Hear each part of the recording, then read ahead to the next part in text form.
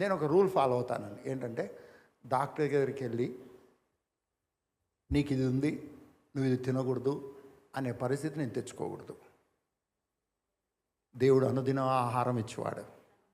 ప్రభువా, నేను ఏది తినాలో దాని పట్ల నాకు డిజైర్ ఉండాలి.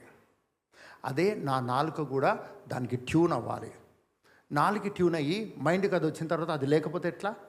అదే కావాలి అని నేను అనుదిన ఆహారం నాకు దయచేయి ప్రభువా అని నేను అడుక్కుంటానండి, అడుగుతాను. దేవుడు ఆహారం ఇస్తాడండి.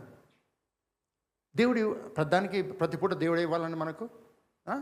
డబ్బులు లేవు, తిండి లేదు, అప్పుడు అనుదిన ఆహారం మాకు ఇవ్వని అడుగుతామండి. నో, దినము దేవుని అడగాలండి. దినము ప్రభా ఈరోజు శ్రేష్టమైన ఆహారం మాత్రమే నేను తినాలి. ఈ శరీరం నీది, ఈ శరీరానికి ఆరోగ్యంగా ఉండడానికి ఏ ఆహారం నేను తినాలో అదే తినాలి. ఈ శరీరానికి ఏమేం కావాలో నా తిండి ద్వారా, నేను తినే తిండి ద్వారా ఏమైతే వెళ్ళాలో, నా మైండ్ సెట్ ఎట్లా ఉంటే నా బాడీని హెల్దీగా ఉంచుతుందో అలాంటి ఆలోచనలే నాకు ఉండాలి. నేనేం మాట్లాడతానో అది నా శరీరానికి, నా నాలుక నా శరీరాన్ని ఇన్ఫ్లుయెన్స్ చేస్తుంది కాబట్టి అటువంటి మాటలు నేను మాట్లాడాలి. ఏదో లేనినప్పుడు, కరువు ఉన్నప్పుడు, డబ్బులు లేనప్పుడు చేసే ప్రార్థన కాదు అనుదిన ఆహారం మాకు దయచేయమని. దేవుడు కరువులో ఆహారాన్ని ఇచ్చేవాడు మాత్రమే కాదు, దినము ఆరోగ్యకరము కలగజేసేటువంటి ఆలోచనలను, ఆహారాన్ని మనకి ఇచ్చేవాడుగా ఉన్నాడు. హల్లెలూయా. దాంట్లో మొట్టమొదటి ఆహారం జీవాహారమైన ఆయన వాక్యము. దాన్ని తినడం నేర్చుకోవాలి. హల్లెలూయా. దాన్ని తినడం నేర్చుకోవాలి. తినే వ్యక్తికి ఎంత తినాలో తెలుసండి. చాలా మటుకు వాక్యాన్ని ఎంత చదవాలని అడుగుతారండి. నేనేమంటానంటే, నువ్వు ఎంతవరకు తింటావు, ఎంతవరకు తింటే నీకు తృప్తి ఉంటుంది, అలానే వాక్యం తిను కదా.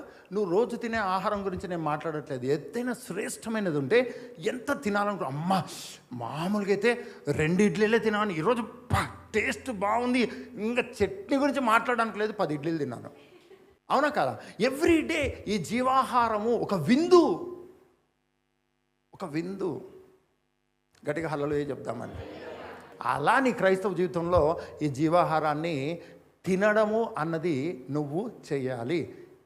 ఈ జీవాహారము నిన్ను గొర్రెలు కాసుకునే స్థితిలో నుంచి రాజరికంలోకి తీసుకొస్తుంది. ఈవెన్ నువ్వు నెలకు 10 లక్షలు సంపాదించినా ఇంకా గొర్రెలు కాస్తున్నట్టే. కానీ దేవుడు నిన్ను రాజరికంలోకి తీసుకురావడానికి సిద్ధంగా ఉన్నాడు. దేవుడు తను నమ్మిన వారిని ఏం చేస్తాడు? టాప్లో పెడతాడు. నేను ఆల్రెడీ టాప్లో ఉన్నా, నీకు తెలియదు, ఇంకా టాప్లోకి తీసుకెళ్తాడు ప్రభు. హల్లెలూయా.